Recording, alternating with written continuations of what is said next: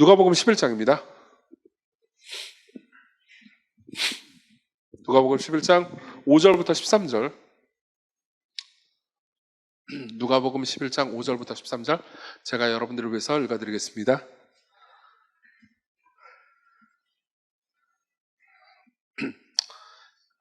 제가 읽어드리겠습니다. 하나님의 말씀을 들으십시오.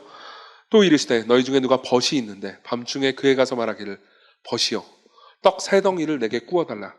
내 벗이 여행 중에 내게 왔으나 내가 먹일 것이 없노라 하면 그가 안에서 대답하여 이르되 나를 괴롭게 하지 말라. 문이 이미 닫혔고 아이들이 나와 함께 한 침실에 누웠으니 일어나 내게 줄 수가 없노라 하겠느냐.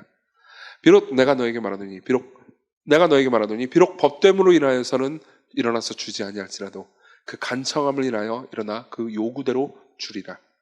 내가 또 너에게 이르노니 구하라 그러면 너에게 주실 것이요 찾으라 그러면 찾아낼 것이요 문을 두드리라 그러면 너에게 열릴 것이니 구하는 이마다 받을 것이요 찾는 이는 찾아낼 것이요 두드리는 이에게는 열릴 것이니라. 너희 중에 아버지 된 자로서 누가 아들이 생선을 달라 하는데 생선 대신에 뱀을 주며 알을 달라 하는데 전갈을 주겠느냐. 너희가 악할지라도 좋은 것을 자식에게 줄 줄 알거든 하물며 너희 하늘아버지께서 구하는 자에게 성령을 주시지 않겠느냐 하시니라. 아멘. 네, 오늘은 단편 설교고요. 그리고 제가 금요일날 이제 설교할 일이 그렇게 많지는 않은데 그래도 오늘 설교해서 좋습니다. 좋다고요, 그냥. 여러분들 좋죠? 몰라요, 나도. 자, 그래서요. 그래서 뭘 설교할까 하다가 기도에 관해서 설교를 하기로 했습니다. 왜냐하면 기도가 늘 그랬어야 했는데 기도가 요즘 재밌습니다.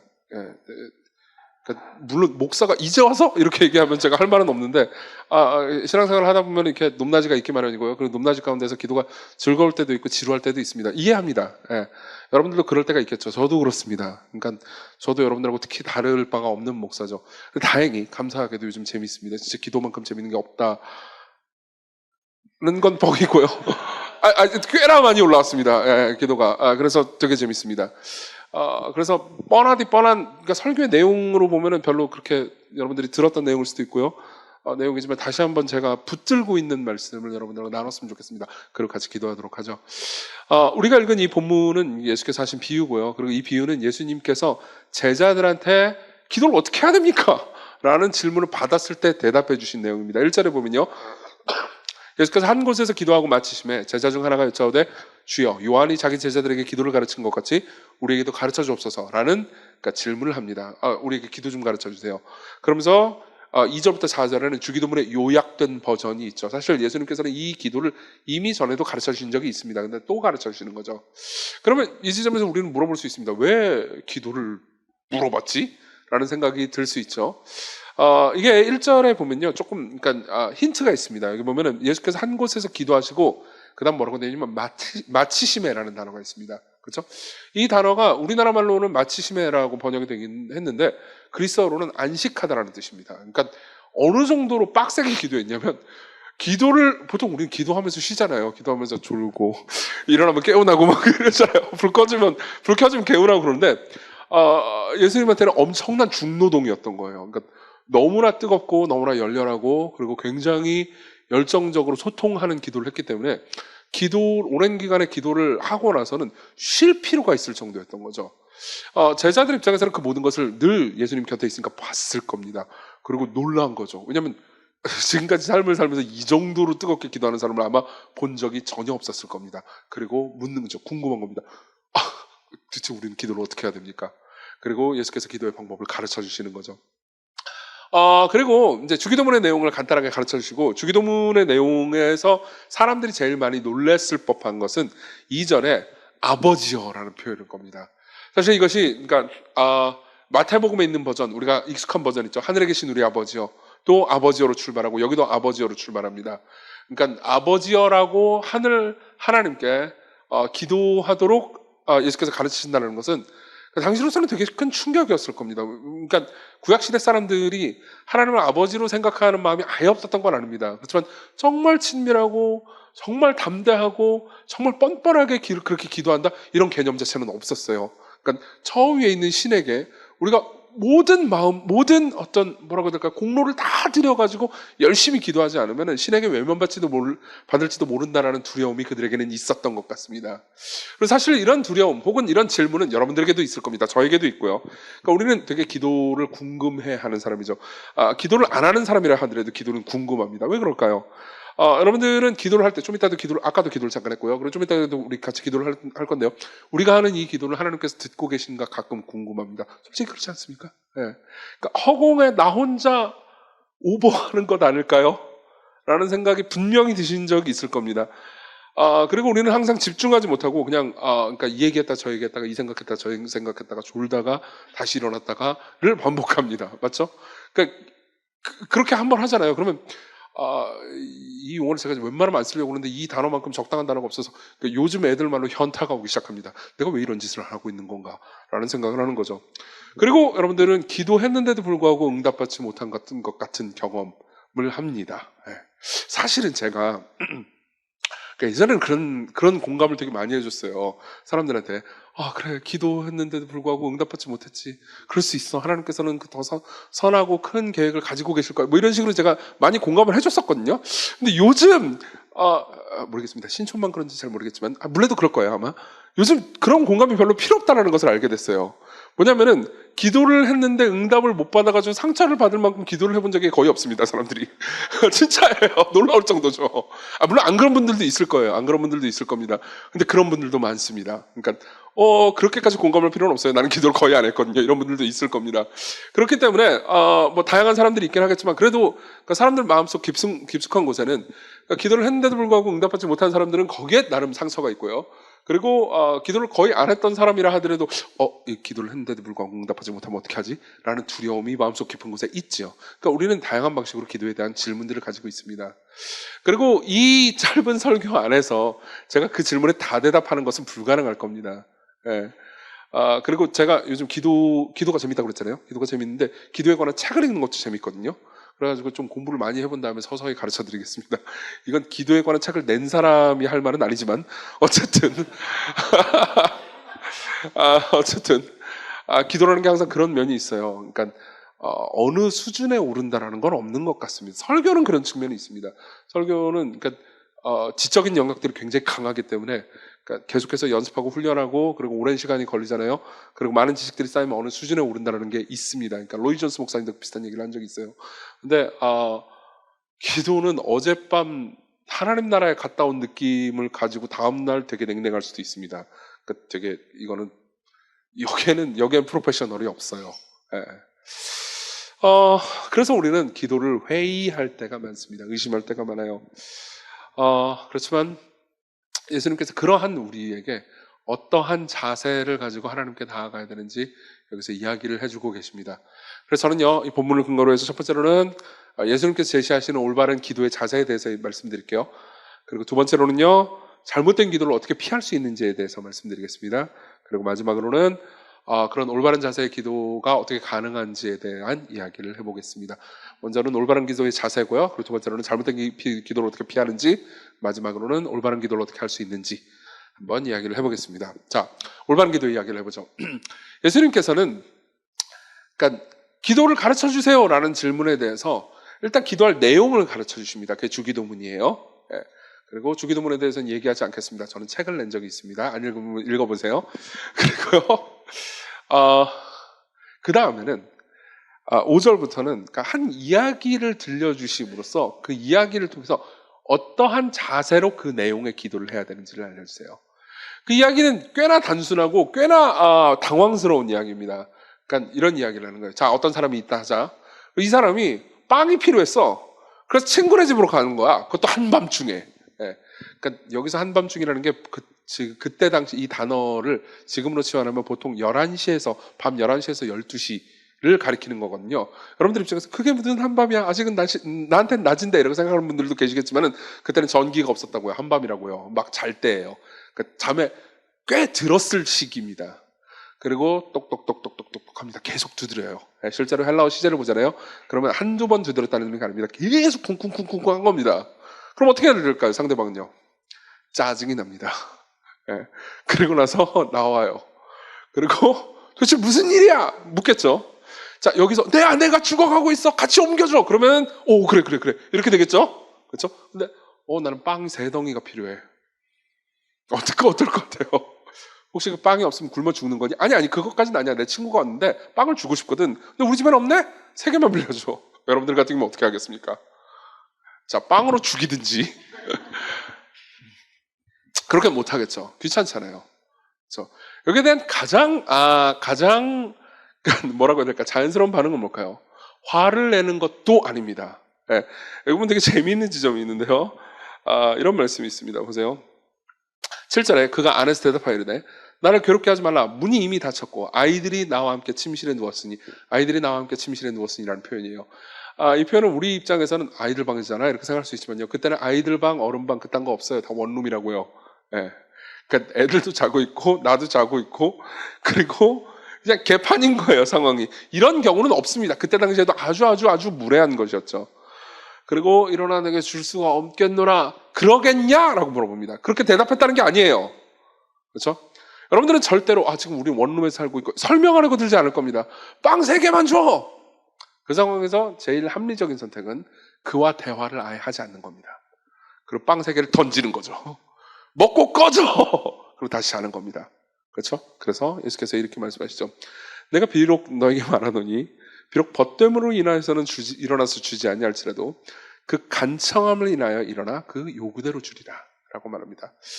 자꾸 헬라어 얘기해서 죄송한데요. 여기서 간청함이라고 번역된 단어는요. 그러니까 정말 많은 학자들이 간청함이라고 번역하면 안 된다고 지적하는 부분입니다. 이 단어가 아나이데이아라는 단어인데요. 그러니까 이렇게 얘기해요. 나이데이아라고 하면은 그러니까 무슨 의미냐면은 나이도스 그러면은 이제 경외, 예의 이런 의미입니다. 근데 그 앞에 아가 붙었단 말이에요. 그렇지 않다는 거죠. 이게 부정접두어예요. 여기까지 할게요. 그러니까 아주 예의 바르지 않은 을 의미합니다. 이걸 우리나라 말로 번역하면 뻔뻔한 거죠. 뻔뻔하고 그리고 무례한 거죠. 그러니까 예수님께서는 지금 이렇게 얘기하신 겁니다. 무례하고 뻔뻔한 물 인해서 그 요구대로 주리라. 예. 왜냐하면 말이 안 통할 것 같거든요. 예. 자, 그리고 나서 9절에 이렇게 말씀하시죠. 우리 9절 같이 읽어볼까요? 시작. 내가 또 너에게 이르노니 구하라 그리하면 너에게 주실 것이요 찾으라 그리하면 찾아낼 것이요 문을 두드리라 그리하면 너에게 열릴 것이니. 자, 보세요. 그리고 구하라 두드리라 찾으라 이렇게 말씀하시는 거죠. 자, 이게 도대체 뭘 얘기해주고 싶은 걸까요? 이 말씀을 통해서 예수님께서 하시고 싶은 가장 중요한 메시지는요. 어떤 특정한 교훈을 가르쳐주기보다는 충격요법을 쓰시는 겁니다. 교훈은 이미 나왔어요. 자, 하늘에 계신 분은 너의 아버지다. 아버지께 구해라. 그러면 아버지께서 기쁨으로 응답해 주실 거야. 이 얘기는 이미 했습니다. 근데 거기에 그 아버지께 담대하고 뻔뻔하게 구하라는 이야기를 훨씬 더 충격적으로 전달해주고 싶은 거예요. 그러니까 이 지점에서 사람들에게 필요한 건 정보가 아니고 그 정보의 깊이와 능력과 힘입니다. 그렇죠? 그래서 아버지께 어느 정도로 구하는 거라고 이야기를 하면은 얘들이 알아먹을까를 생각하는 거죠. 자, 그럼 어떻게 되는 거죠? 자녀가 아버지께 구하듯 정말 뻔뻔하고 담대하고 그리고 무례하게 구해도 좋다라는 메시지를 전하고 싶은 겁니다. 여기서 우리가 속아 넘어가면 안 되는 부분이 있습니다. 뭐냐면은 이런 거예요. 이 얘기를 보니까 와, 하나님께서 우리에게 기도를 응답해 주실 때는 귀찮아가지고 그냥 대충 빵 먹고 던져! 그러면서 그냥 대충 응답해 주시는구나. 이렇게 이해하면요, 여러분들은 이 비유를 잘못 이해한 거예요. 사실 예수님께서는 이 비유의 강조점, 가르침을 강조해 주고 싶으셔서 비슷한 이야기를 누가복음 18장 가서 한 번 더 하십니다. 자, 읽어드릴게요. 좀 길지만 다 읽어드리겠습니다. 예수께서 그들에게 항상 기도하고 낙심하지 말아야 할 것을 비유로 말씀하여 이르시되 어떤 도시에 하나님을 두려워하지 않고 사람을 무시하는 한 재판장이 있는데 그 도시에 한 과부가 있어 자주 그에게 가서 내 원수에 대한 나의 원한을 풀어주소서 하되 연기를 좀 넣고 있어요. 그가 얼마 동안 듣지 않다가 후에 속으로 생각하되 내가 하나님을 두려워하지 않고 사람을 무시하나 이 과부가 나를 번거롭게 하니 내가 그 원한을 풀어주리라. 그렇지 않으면 늘 와서 나를 괴롭게 하리라 하였느니라. 네. 이런 이야기를 해주십니다. 어떤 불의한 재판장이 있고 이 불의한 재판장은 이웃도 하나님도 사람도 다 무시하는 사람입니다. 그렇지만 그럼에도 불구하고 과부가 가지고 계속해서 끊임없이 강청하면 귀찮아 그러면서 들어준다는 거죠. 그러면서 이렇게 말씀하시죠. 주께서 또 이르시되 불의한 재판장이 말한 것을 들으라. 하물며 하나님께서 그 밤낮 부르짖는 택하신 자들의 원한을 풀어주지 아니하겠느냐? 그들에게 오래 참으시겠느냐? 여기에 무슨 말이 있죠? 하물며라는 단어가 있습니다. 예. 그리고 우리가 읽었던 이 본문 있잖아요.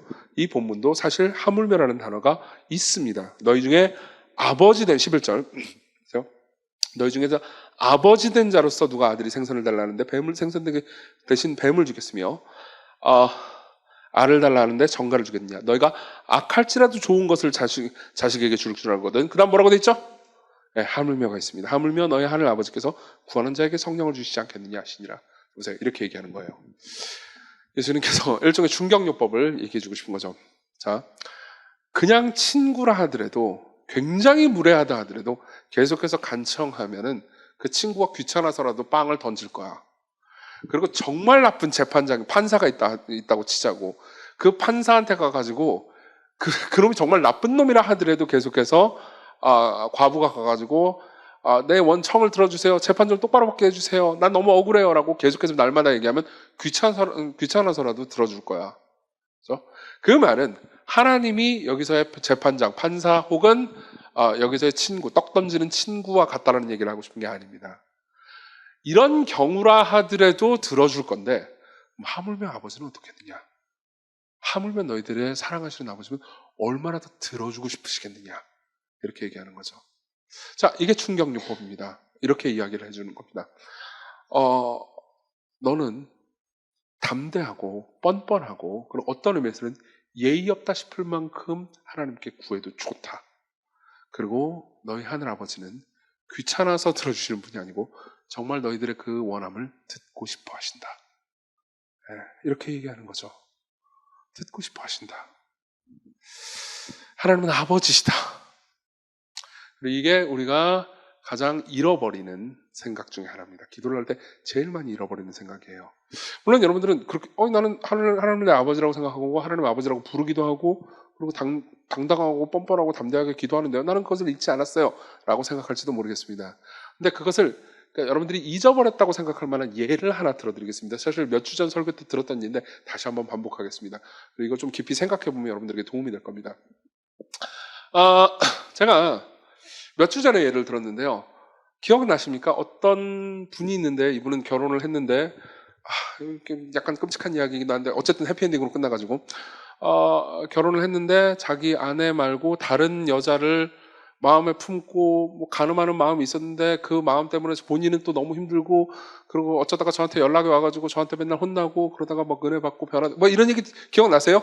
혹시? 네, 그런 사람이 있었다는 얘기를 했어요. 모르신 분들은 그냥 그런 놈이 있었구나라고 생각하시면 됩니다. 그리고 그분은 이 설교를 잘 듣고 있을 겁니다, 아마. 그리고 저는 그분하고 대화를 하면서 되게 많은 것들을 누렸습니다. 되게 전 좋았어요. 왜냐하면 그분은 자기 죄를 솔직하게 고백했고요, 저한테. 그리고 그것 때문에 저는 도와줄 수 있는 여지가 많아졌죠. 그리고 사고를 치고 나서 저한테 수습해달라기보다 사고 치기 전에 나는 이런 죄된 마음을 짓고 있어요, 나를 도와주세요라고 말하는 게 얼마나 좋습니까?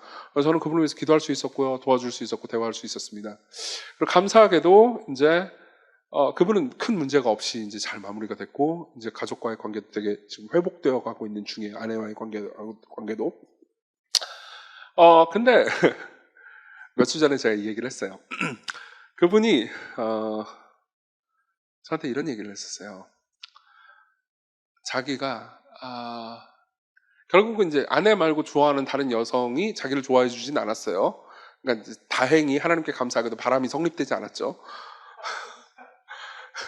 얼탱이가 없죠. 그렇죠? 저도 전화를 받으면서 얼탱이가 없었습니다. 그리고 그 다음 부분이 제일 어이가 없었는데, 저는 그 마음을 도저히 이해할 수가 없는 거예요. 그래도 자기가 어쨌든 차인 거잖아요. 그렇잖아요. 그래서 되게 짜증이 나더라고요. 본인이 차였다는 말에. 이게 할 말이야, 이 지점에서? 근데 어쨌든 끝까지 들었습니다. 차였잖아요. 그래서 너무 슬프다는 거예요. 할렐루야. 그럴 수 있죠. 네, 그럴 수 있어요. 근데 저는 이제 너무 선비라서 이해가 안 되는 것 같은데, 어쨌든 그럴 수 있어요. 그래서 하나님께 너무 슬퍼서 난 너무 슬프니까 위로해 주세요라고 기도를 했다는 거예요. 예. 그래서 끝까지 들어보세요. 뭐야 이 자식 속으로. 예. 아니에요. 속으로 안 했어요. 그냥 말했어요. 그래서 끝나고 나서 이제 전화 통을 끊고 너한테 회개가 있니? 뭐 이런 것도 물어보긴 했죠. 당연히 회개가 있었어요. 감사하게도 굉장히 큰 회개가 있었고, 그러니까, 솔직했기 때문에 참 좋았습니다. 근데 이제 끊고 나서 제가 속으로 생각을 했습니다. 그러면 그런 기도는 하면 안 되는 건가? 어떻게 생각하십니까? 감사합니다.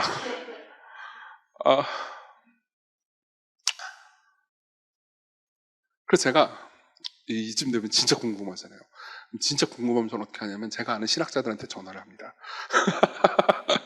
그렇잖아요. 물론 이제 협의를 거쳤죠. 내가 특정 신학자들한테 약간 각색을 해가지고 이 사정을 얘기한 다음에 이런 기도를 해도 되냐고 물어봐도 되냐라고 얘기하니까 뭐 그 친구는 지금 회피하기 때문에 뭐 마음대로 물어보세요. 그러고 있어요. 그래가지고 전화를 했습니다. 신학자들한테 다 전화를 했어요. 그리고 제가 놀라운 사실을 하나 알게 됐습니다. 뭐냐면은 제가 전화한 모든 신학자가 그런 기도를 결론적으로는 그런 기도를 해도 된다 뿐만 아니라 하나님께서 그런 기도를 기뻐하실 것이다 라는 결론으로 가긴 했는데 그 결론으로 가는데 중간에 전부 다 이러고 있는 거예요. 그래서 제가 이제 반문을 했죠. 그래도 하나님 그 모든 걸 아시잖아요. 당연하죠. 그리고 우리가 하나님의 자녀로서 하나님께 못할 말이 없는 거잖아요. 사실 어차피 마음은 다 이미 있는 거고 하나님께서 다 아시는데 그 말을 하면 안 되는 겁니까? 라고 물어봤습니다. 그러니까 안 된다고 말하면 안 되죠.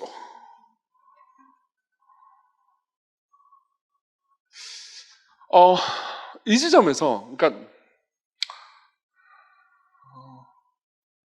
제가 여러분들에게 드리고 싶은 말씀이 있습니다. 우리는 어느 정도 하나님 앞에서도 분장하려는 마음이 있습니다. 그리고 제가 똑같은 감정을 느껴본 적은 없지만 저 스스로의 기도를 점검해 보기 시작했어요. 나는 그분 앞에 솔직한가? 그러니까 예를 들면 이런 거죠. 내가 하나님 앞에 죄를 고백할 때도 나는 그분 앞에 솔직한가? 저게 되게 놀라운 건 그러니까 제가 하나님 앞에 제 죄를 고백할 때 제가 일기를 쓰듯 죄를 고백한다는 사실을 알게 됐어요. 사실 이건 굉장히 최근에 알게 된 겁니다. 네. 그러니까 이건 되게 놀라운 일이었어요. 네. 저는 일기를 거의 20년 넘게 썼습니다. 그리고 제가 일기를 오랫동안 쓴다라는 걸 여러분들이 많이 아실 거예요. 자, 일기에 제가 솔직하게 모든 걸 쓸까요? 네, 당연히 솔직하게 모든 걸 씁니다. 저는 진짜예요. 저는 솔직하게 모든 걸 써요. 라고 생각했어요. 그러고 나서 이제 저하고 개인적으로 이제 대화를 나누는 어떤 한 청년이 저한테 물어봤어요. 그 일기를 정말 다 솔직하게 쓰냐? 정말 다 솔직하게 쓴다. 그럼 그 일기를 본 사람이 있냐? 없다. 나 말고 없다. 내 아내도 못 봤다. 그 일기는 어떻게 보안이 되고 있냐? 뭐 이상한 걸 물어보고 있는 거예요. 계속 보안이 어떻게 되고 있냐? 비밀번호가 있다. 그 비밀번호를 아내가 사모님 모르냐? 모른다. 내가 안 가르쳐줬다. 그래서 정확히 말하면 내 아내는 내 일기에 관심이 없다. 그러면 이제 그 청년이 저한테 궁금했던 건 이 지점이었던 것 같아요. 그러니까 그 일기가 나중에 출판될 가능성이 있냐 이게 궁금했던 것 같아요. 그래가지고 없다. 그럴 일은 절대 없다. 근데 그거 아세요? 이 인류 역사 가운데 그러니까 신앙인의 일기 중에서 빛나는 그 성취 같은 것들이 있습니다. 데이비드 브레이너드의 일기라든가 이거는 이제 한 선교사님의 일기죠. 그리고 헨리 마틴의 일기라든가 이게 굉장히 이제 기독교 역사상 남는 아름다운 일기들이 있거든요. 저도 그 일기들을 다 읽었고 굉장히 큰 은혜를 받았습니다. 그러니까 그런 식으로 이정규의 일기 이렇게 남는 일은 없냐라고 물어보는 거죠. 그래가지고 그럴 일은 절대 없으며 내 일기에는 고유명사들이 엄청나게 들어가 있고 그렇죠. 예를 들면 함건이 컨트롤 F 검색하면 다 나온다고요. 끔찍하죠? 그리고 그럴 일은 없을 것이며 없어야 하고 그리고 나는 그러기에는 너무나 솔직하게 내 모든 생각들을 다 써놨다. 그러니까 내 일기는 나의 죽음과 함께 종말될 것이다. 이렇게 얘기를 하고 집으로 갔어요. 그리고 나서 그날 밤에 집으로 갔습니다. 근데 그 마음속에 계속 남는 거예요. 그래가지고 열어봤죠.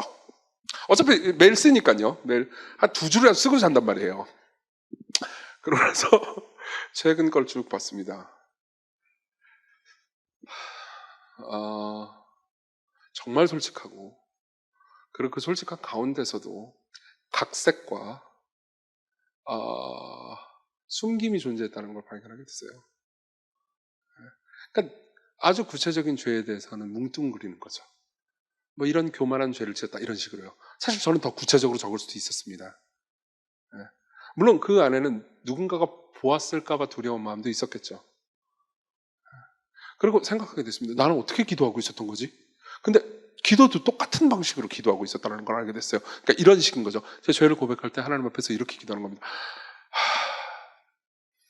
하나님, 한 주 동안 다 아시죠? 자, 그 다음 이런 식으로 넘어가는 거죠. 이해되세요? 네. 아마 이해될 거라고 생각합니다. 그러니까 당연히 그분은 여러분들 다 아시죠. 그분은 여러분들 안에 있는 죄가 얼마나 끔찍한지도 아시고요. 죄가 여러분들을 얼마나 상처 입히는지도 아십니다. 여러분들의 죄가 여러분들의 주변 사람들을 얼마나 상처 입히게 하는지도 아십니다. 여러분들 자신을 얼마나 망가뜨리는지도 아시죠. 그분은 여러분들에게 아버지십니다. 그 말은 단순히 여러분들이 지상에서 여러분들이 알고 있는 아버지처럼 그분을 대하라는 의미가 아니에요. 아니에요. 네. 오히려 여러분들이 알고 있는 그 아버지에게는 여러분들은 솔직하지 못할 겁니다. 대다수가 그러실 거예요. 그렇죠? 여기서 그분이 말씀하시는 하나님은 너의 아버지시다라고 말씀하실 때는요, 정말 그분은 너희들 모든 걸 아시고, 그리고 너희들이 뻔뻔하고 무례하고 담대하게 나아가도 되는 그만큼 너희들을 사랑하시는 그런 분이다 라고 이야기를 해주는 거죠. 그래서 제가 이런 말씀을 드리고 싶습니다. 올바른 기도에 대해서 이렇게 정리를 해보죠. 여러분들이 일반적으로 여러분들의 아버지께 구하는 방식으로 구해서는 안 됩니다. 진짜 가장 선하고 가장 위대하고 모든 것을 하시며 모든 사랑을 부으시고 여러분들의 모든 죄를 다 아심에도 불구하고 여러분들의 기도를 기꺼이 듣기를 원하는 진짜 아버지를 그분을 생각하십시오. 그렇지 않으면 여러분들이 기도를 할 때 올바른 자세로 그분께 나아가는 게 아닙니다. 가장 뻔뻔하고 가장 담대하고 가장 간청하는 자세로 나가십시오. 즉 할 말 못한 말을 다 해두셨습니다. 시편의 기자들은 그렇게 했고요. 성경의 기도를 하는 사람들도 그렇게 했습니다. 우리들도 그렇게 해야 됩니다. 이게 첫 번째 올바른 기도의 자세예요. 두 번째로 넘어가죠. 잘못된 기도는 뭘까요? 본문을 통해서 저는 잘못된 기도를 3가지로 요약해서 말씀드릴 수 있을 것 같습니다. 잘못된 기도의 첫 번째는요, 하나님을 아버지가 아닌 램프의 지니로 생각하는 거죠. 이건 여러 번 얘기했기 때문에 빠르게 얘기하겠습니다. 11, 12절을 보십시오. 11, 12절을 보면요, 이런 말씀이 있습니다. 우리 같이 한번 읽어볼까요? 시작. 너희 중에 아버지 된 자로서 누가 아들이 생선을 달라 하는데 생선 대신에 뱀을 주며 알을 달라 하는데 전갈을 주겠느냐. 자, 그분은 좋은 거를 주신다는 거죠. 알을 달라고 그러면 그분은 전갈을 주시겠습니까? 아니요. 자, 그러면 그 퀴즈. 전갈을 달라고 하면 뭘 주실까요? 전갈. 아니요. 전갈을 달라고 그러면 안 주실 겁니다. 맞죠? 뱀을 달라고 하면요, 그것도 안 주시겠죠. 왜요? 그분은 램프의 지니가 아니니까요. 램프의 지니와 하나님의 가장 큰 차이점이 바로 여기 있습니다. 램프의 지니는요, 여러분들이 달라고 하는 걸 줍니다. 그렇죠? 문지르고 나서, 자, 첫 번째 돈, 두 번째 내가 원하는 뭐 연인 혹은 내가 뭐 원하는 뭐 어떤 정도의 명예, 그리고 세 번째 앞으로 3개 더, 뭐 이런 식인 거죠. 그렇죠? 네. 그런 생각 안 해봤어요? 소원이 3개란다. 그러면 세 번째 소원은 앞으로 3개 더 줘.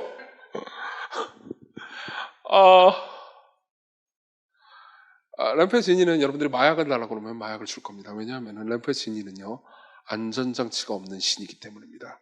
여러분들이 사랑하는 신이 아니에요. 그건 일종의 자판기죠. 제 둘째 딸이 지금 커피를 먹으면 해로울 겁니다. 근데 제 둘째 딸이 동전을 넣고 자판기에 커피를 누르잖아요. 그럼 자판기는 어쩔 수 없이 제 둘째 딸의 뭐 상황과 상태와 상관없이 그냥 커피를 줄 겁니다. 그럼 둘째 딸한테 해롭겠죠. 그리고 하나님께서는요, 우리가 원하는 게 때로는 우리도 모르게 전갈이거나 뱀이라는 것을 알고 계십니다. 우리는 오히려 모를 때가 많아요. 자, 성경에 보면요, 종종 하나님께서는 우리를 사랑하셔서 시험을 주실 때가 있다고 말합니다.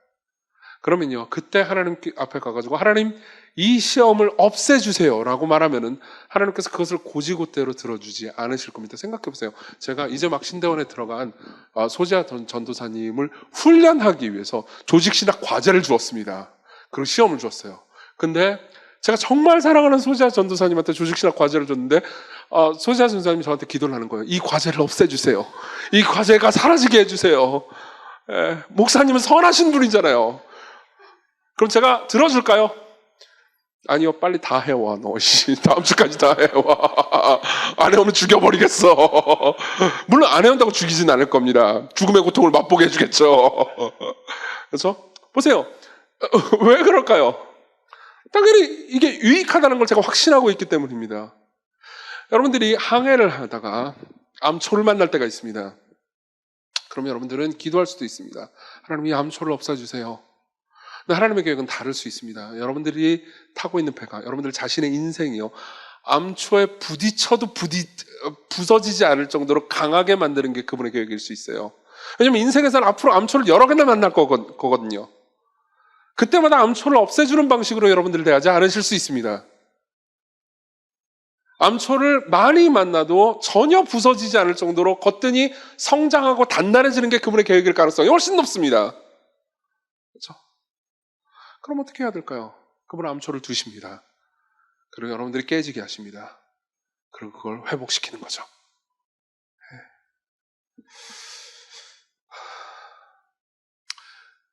이게 그분의 아버지시기 때문에 여러분들의 기도를 응답하시는 방식입니다. 그러니까 기도를 할 때요, 이렇게 기도하십시오. 그러니까 기도를 할 때 그러면은 어떤 기도를 하면 안 되나 이런 식으로 스스로를 검열하지 마세요. 오히려 검열하지 말라고 이 얘기를 하는 겁니다. 그냥 이렇게 기도하세요. 암초를 제거해 주세요. 그게 하나님의 계획인지, 앞으로 암초를 제거해 주시는 게 하나님의 계획인지, 아니면 내가 강해지는 게 하나님의 계획인지 난 모르겠어요. 근데 일단 암초를 제거해 주세요. 그러면 기대하십시오. 내가 한 기도에 하나님께서 가장 선하다고 여기시는 방식대로 나를 인도해 주시고 나를 응답해 주실 것을 기대하십시오. 암초를 제거하는 방식은 아닐 수 있습니다. 암초를 제거해달라고 기도를 했는데, 이거 비유인 거 아시죠, 여러분? 암초를 제거해달라고 여러분들이 기도했는데 기도가 끝나고 나서 암초가 제거되지 않았다면요, 그때 너무 절망하지 마세요. 암초가 제거되지 않았지만 뭔가 다른 방식으로 나를 강하게 하실 것을 기대하십시오. 그분은 램프의 지니가 아닙니다. 그분은 여러분들의 아버지십니다. 두 번째는요, 하나님 아버지가 아닌, 하나님을요, 아까는 하나님의 아버지가 아닌 램프의 지니로 생각하는 거라고 그랬죠. 두 번째는요, 하나님의 아버지가 아닌 보스로 생각하는 겁니다. 우리 13절 같이 읽어볼까요? 13절 같이 읽겠습니다. 시작. 너희가 악할지라도 좋은 것을 자식에게 줄 알거든 하물며 너희 하늘 아버지께서 구하는 자에게 성령을 주시지 않겠느냐. 보세요. 여기서 제가 계속해서 묵상하면서 감동을 누리고, 그리고 제 기도를 가장 활발하게 해주었던 말이 있습니다. 그게 뭐냐면 너희가 악할지라도입니다. 악할지라도. 이 말은요, 만일 니들이 가끔 악한 일이 있을지라도, 악한 짓을 했을지라도가 아니에요. 저는 그리스어 원문으로 바로 이 내용을 확인해 봤습니다. 이 말은 뭐냐면 너희들은 늘 악하지. 너희들이 늘 악한 걸 내가 알지라도, 아버지께서 알지라도 좋은 것을 자식에게 주신다는 거죠. 이 지점에서 우리는요, 하나님이 보스가 아니고 아버지시라는 것을 알 수 있습니다. 보세요. 그러니까 아버지는요, 자식이 무언가를 잘못했다는 걸 알매도 불구하고 자식에게 좋은 것을 선하신 아버지는요, 주기를 그칠 수가 없습니다. 아까 제가 처음에 이런 얘기를 했죠. 아버지 이렇게 얘기할 때 여러분들이 육신의 아버지, 여러분들이 흔히 알고 있는 아버지를 대하듯 하나님을 아버지라고 생각하면 안 된다고 얘기했죠. 그렇죠? 자, 여기서의 아버지는요, 가장 선하고 가장 위대하고 아름다운 아버지입니다. 그분은 여러분들이 악한 와중에도, 그분은 여러분들이 계속해서 악하기 때문에 하나님을 슬프시게 하고 노엽게 만들고 있는 그 상황이라 하더라도 여러분들에게 나쁜 것을 주실 수 없으신 분입니다. 이게 예수님께서 우리에게 가르쳐 주시고 싶은 하나님 아버지의 선하신 성품이죠. 너희들은 온갖 결함으로 가득하다. 너희들은 여전히 자기중심적이다. 너희는 여전히 교만하다. 너희들은 여전히 약하다. 근데도 불구하고 하나님은 너희들의 아버지시다. 그리고 너희들이 그렇게 너희 스스로에 대해서 자신감이 하나도 없을지라도 너희들은 하나님께 나아가서 계속해서 하나님 아버지여라고 부르면서 당당하고 뻔뻔하고 담대하게 기도해야 된다. 너희들은 자기 공로를 흔적도 없이 지워야 한다. 이렇게 얘기하는 거죠. 네. 죄가 있으십니까? 죄를 고백하십시오. 그것을 숨기지 마십시오. 숨길 필요도 없습니다. 물론 통성기도로 남들이 다 알게 기도하지도 마십시오. 네. 그냥 하나님과 여러분들은 혼자 알게 기도하라고요. 그렇지만 담대하고 뻔뻔하고 그리고 구체적으로 말씀하십시오. 꼭 구체적으로 기도해야 구체적으로 응답되기 때문이 아닙니다. 그분은 여러분들이 구체적으로 자기 자신을 오픈할 만한 가치가 있는 분입니다. 네. 그렇게 위대한 분이세요. 그리고 특별히 하나 더 얘기해 드리자면요. 아주 사소한 것도 이야기하십시오. 제가 이번 주간에 기도에 관한 책을 읽으면서요. 제일 그러니까 좋았던 글 하나를 인용해 드리죠. C.S. 루이스가 기도에 관해서 쓴 누군가한테 보낸 편지의 일부입니다. 작은 시련 속에서 하나님을 찾지 않으면 큰 시련이 닥쳐올 때도 쓸만한 습관이나 방책이 없어. 마찬가지로 하나님께 유치한 것을 구할 줄 모르면 아마 큰 것도 쉽게 구하지 못할 걸세. 너무 고상해서는 안 되네. 때로 우리가 작은 일로 기도하지 않는 이유는 하나님의 위엄보다는 우리 자신의 체면 때문이지. 여러분, 일단 사소한 걸로 기도해야 되잖아요. 네, 사소한 걸로 기도하세요. 엉덩이에 종기가 났어요. 치료해 주세요. 기도하세요. 네. 그건 정말 여러분들의 아버지시라고요. 보스는요, 여러분들이 잘못했다면요, 여러분들이 내칠 겁니다. 직장 생활의 보스면요. 아버지는 그렇게 하지 않아요. 자, 세 번째 잘못된 비기도를 얘기해드리죠. 하나님을 아버지가 아닌 기계로 생각하는 겁니다. 하나님을 아버지가 아닌, 정확히 말하면요, 컴퓨터 하드 드라이브로 생각하는 거죠. 이건 제가 팀 캐러 목사님의 설교집을 읽다가 봤던 되게 재미있는 지점입니다. 우리 5절을 보면요. 5절을 보면 이렇게 이제 이 말씀이 있습니다. 또 이르시되 너희 중에 누가 벗이 있는데 밤중에 그에게서 가서 그다음 뭐라고 되어 있죠? 말하기를 이라고 되어 있습니다. 여기서 말하기를 이라고 번역된 이 단어의 시제는 그러니까 이런 시제입니다. 계속된 행위를 가리키는 시제예요. 그러니까 한번 말을 했다가 아니에요. 계속 똑똑똑똑똑똑 두드리면서 말을 계속했다는 거죠. 예.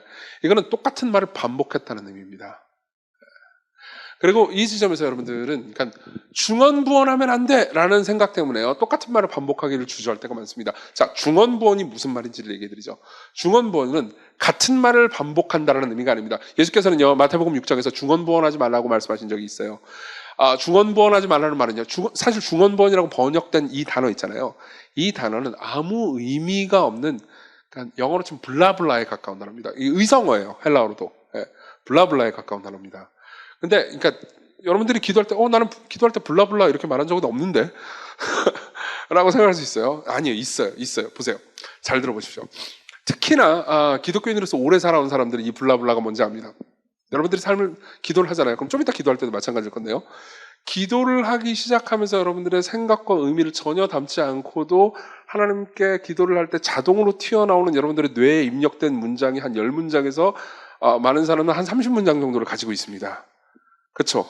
그 문장을 말할 때는 여러분들이 생각을 안 하고도 나온다고요. 하나님 우리를 지켜주세요. 우리와 함께 해주세요. 늘 함께 하시는데 무슨 그죠? 무슨 말인지 이해되시죠? 우리에게는 입력된 문장이 있습니다. 자동 입력된 문장이 있어요. 이런 지점에서는 새신자들이 기신자들보다 훨씬 유리하죠. 왜냐하면 그 문장이 별로 없거든요. 예, 여러분들이 생각하면서 기도할 수 있습니다. 그러니까 여러분들이 신앙이 얕거나 별로 없다 하더라도 낙심하지 마십시오. 여러분들은 오히려 기도에 있어서 더 유리할 수도 있습니다. 저 같은 사람 더 불리할 수 있어요. 왜냐하면 저는 너무나 많은 문장들을 가지고 있거든요. 그리고 그 많은 문장들을 아무 생각 없이 내뱉을 수 있습니다. 블라블라죠. 이거는 그냥 의미 없는 문장과 똑같아요. 이런 식으로 기도하지 말라는 겁니다. 그리고 많은 말을 해야 하나님께서 들으실 거라고 생각하지 말라는 겁니다. 그 말은 내 많은 공로를 쌓아야만 하나님께서 들어주실 거라고 생각하지 말라는 의미예요.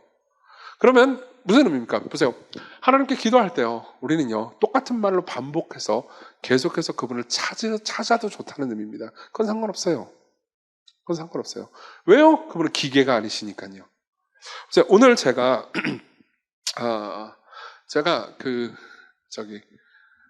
제 이제 컴퓨터에 보면 하드 드라이브가 있을 거 아니에요? 하드 드라이브 보면 D 드라이브에 설교문이라는 폴더가 있습니다. 예.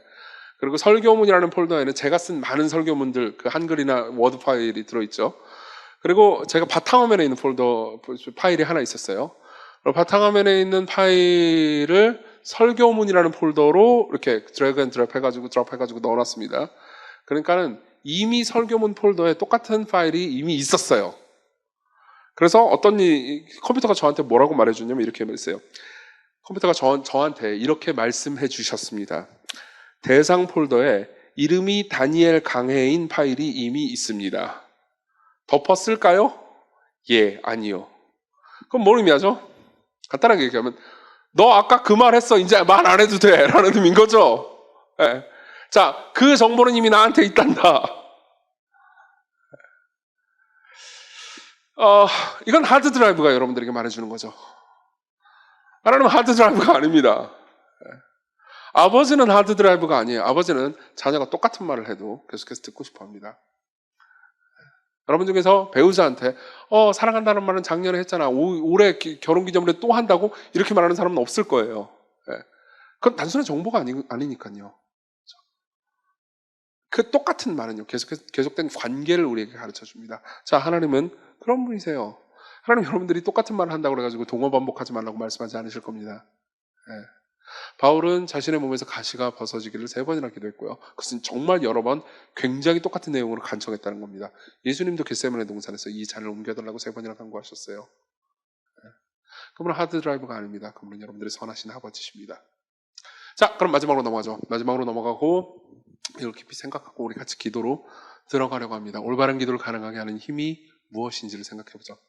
자, 지금까지 우리가 얘기했던 것을 요약하자면 이렇습니다. 우리가 기도하는 올바른 자세는요, 간청하는 자세로 혹은 뻔뻔한 자세로 담대한 자세로 하나님을 진정한 우리의 아버지라고 생각하면서 기도하는 겁니다. 이때 여러분들은 여러분들의 육신의 아버지를 생각해서는 안 됩니다. 그 아버지가 좋은 아버지라 하더라도요. 그리고 여러분들이 아버지에 대해서 잘못된 생각을 가지고 있으면 여러분들 램프의 진이나 자판기처럼요, 혹은 보스나 혹은 하드 드라이브처럼 생각할 겁니다. 그렇게 생각할 필요는 없어요. 그분은 여러분들이 선하신 아버지입니다. 여러분들은 그냥 무엇인지 원하는 대로 담대하게 구할 수 있습니다. 그러나 이 지점에서 우리는 2가지 의문을 가질 수 있습니다. 하나는 이거예요. 정말 그분이 얼만큼 선하신 걸까요? 여러분들의 아버지보다 그분이 더 선할까요?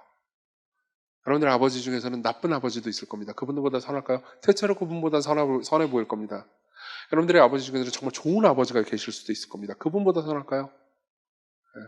그분은 도대체 얼만큼 선한 걸까요? 이게 첫 번째 질문이에요. 그리고 2번째 질문은 이겁니다. 여러분들은 아들이 맞을까요? 혹은 자녀가 맞을까요? 그분은 정말 여러분들의 아버지실까요?